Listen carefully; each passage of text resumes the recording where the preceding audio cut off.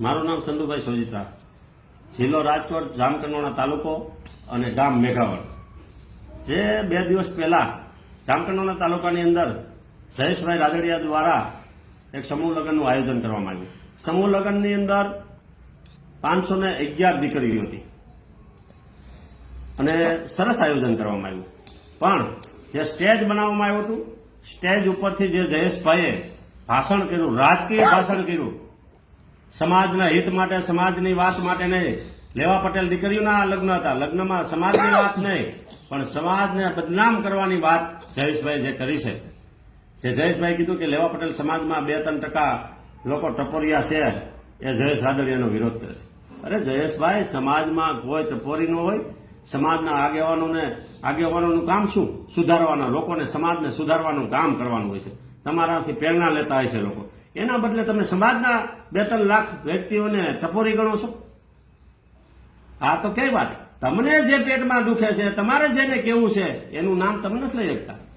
એ વિઠ્ઠલભાઈ રાદડિયામાં તેવડ હતી કહેવાની, એ તમારામાં નથી. તમે તો ખાલી રાજકારણ કરવા ઈચ્છો છો, સમાજને લઈને રાજકારણ કરવા ઈચ્છો. એટલે તમારી સરકારમાં 2-3 લાખ માણસો સમાજના ટપોરી બની ગયા એવું કહેવાનું તમારો મતલબ થયો ને? કે લેવા પટેલ સમાજમાં 2-3 લાખ માણસો, આ ભાજપની સરકાર, જયેશભાઈ મિનિસ્ટર હોવા છતાંય 2-3 લાખ માણસો ટપોરી બની ગયા. અરે જયેશભાઈ, ટપોરીની વ્યાખ્યા અને ટપોરી કોને કહેવાય?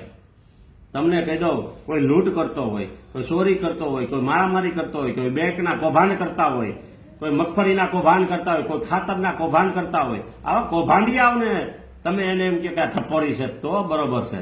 પણ તમે કહી દો, જામકંડોરણા તાલુકાની અંદર ખાતરનું કૌભાંડ થયું, મોટામાં મોટું સરકારી ક્ષેત્ર. સરકારી ક્ષેત્ર કેની પાસે હતા? જેની પાસે હતા, જેને કૌભાંડ કરાવ્યા એ ટપોરી ગણાય.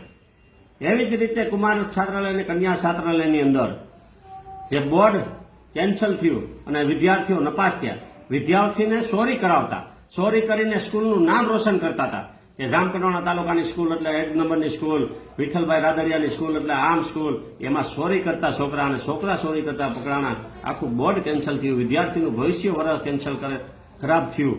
એ માણસોને કહેવાય ટપોરી.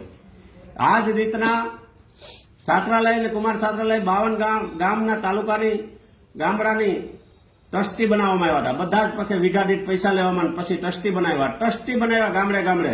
એ બધા જ ટ્રસ્ટીઓને કાઢી નાખ્યા અને ટ્રસ્ટીઓ થઈ ગયા વિઠ્ઠલભાઈ રાદડિયા પરિવારના. એને કઈ ટ્રસ્ટી હતા એ બધા ટપોરી હતા, તેને કાઢી નાખવા પડ્યા. હે જયેશભાઈ? આ જ રીતના જયેશભાઈ આરડીએસસી બેંકની અંદર શું કર્યું છે તો તમને બધાને ખબર જ છે. આરડીએસસી બેંકની અંદર જે છોકરાઓને નોકરી ઉપર ચડાવવામાં આવતા હતા, આર્થિક વ્યવહાર સિવાય એક પણ દીકરો મારો છોડ્યો નથી નોકરી ઉપર. જામકંડોરણાની વાત કરું છું, બીજા જિલ્લા તાલુકાની તો વાત નથી કરતો, લીધાય છે ને.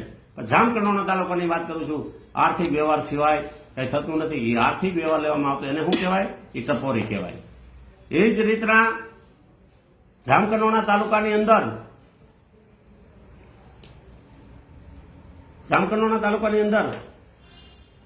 ફોફરનો ડેમ બનાવવામાં આવ્યો. કેટલા વર્ષે 2 વાર ધોવાઈ ગયા, એમાં કરોડોનો ભ્રષ્ટાચાર થયો. એના માટે શું? એને શું કહેવાય?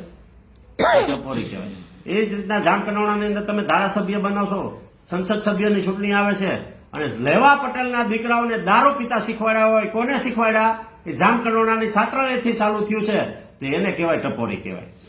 મોટામાં મોટું નિશાન જામકંડોરણા તાલુકાના લેવા પટેલના છોકરાઓને દારૂ પીતા શીખવાડ્યા હોય, એનું નામ કહેવાય ટપોરી. એટલે ટપોરીની વ્યાખ્યા જયેશભાઈ આ કહેવાય. બીજું, પાયલબેન ગોટી અમરેલી જિલ્લાની અંદર એ પટેલ સમાજની દીકરી, તમે સરસ કામ કરો છો. 511 દીકરીઓના, પટેલ સમાજની દીકરીઓના લગ્ન કરાવ્યા, તો એ વાત સારી છે. પટેલ સમાજની દીકરીઓ હતી. તો પાયલ ગોટી કોણ હતી? પટેલ સમાજની દીકરી નહોતી? એની ઉપર અત્યાચાર થયો તો તમે બોલી ન ગયા. તમે સમાજને એક બીજું એવું ભાષણ, તમારો વિડીયો મેં સાંભળ્યો હતો કે ભાઈ જયેશ રાદડિયા સમાજની વાત આવે ત્યારે સમાજની પડખે હોય, રાજકારણ સાઈડ પર મૂકી દે. તમારું રાજકારણ ક્યાં? તમે સમાજવાદી ક્યાં ગયા? લેવા પટેલ સમાજના આગેવાન જયેશભાઈ રાદડિયા, કે તમે કેમ એક શબ્દ બોલ્યા નહીં પાયલ ગોટીબેન માટે?